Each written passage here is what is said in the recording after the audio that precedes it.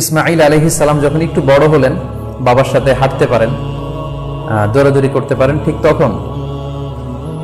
ইব্রাহিম আলাইহিস সালাম স্বপ্নে দেখলেন যে তিনি ইসমাঈল আলাইহিস সালামকে কুরবানি করছেন, এবং স্বপ্ন দেখেই তিনি সরাসরি ছেলের সাথে কনসালটেশনে গেলেন, পরামর্শ করলেন যে বাবা, আমি তো স্বপ্নে দেখেছি যে আমি তোমাকে কুরবানি করছি, ফানজুর মাযা তারা, what do you think about it, what's your opinion about it, তোমার মতামত কি সেটা তুমি আমাকে বলো। তখন সাইয়েদনা ইসমাঈল আলাইহিস সালাম অত্যন্ত সাহসিকতার সাথে বলিষ্ঠ একটি জবাব দিয়েছিলেন, সেটাও আল্লাহ তাআলা কোরআনে সরাসরি কোট করেছেন। তিনি বলেছিলেন, ক্বালা ইয়া আবাতি ফাআল মা তু'মার সাতাজিদুনি ইনশাআল্লাহু মিনাস সাবিরিন। অর্থাৎ, হে আমার সম্মানিত পিতা, আপনি যেমনটি স্বপ্নে দেখেছেন, আল্লাহ তাআলা আপনাকে যেমন আদেশ করেছে আপনি ঠিক তেমনটিই করুন, আপনি ভয় পাবেন না,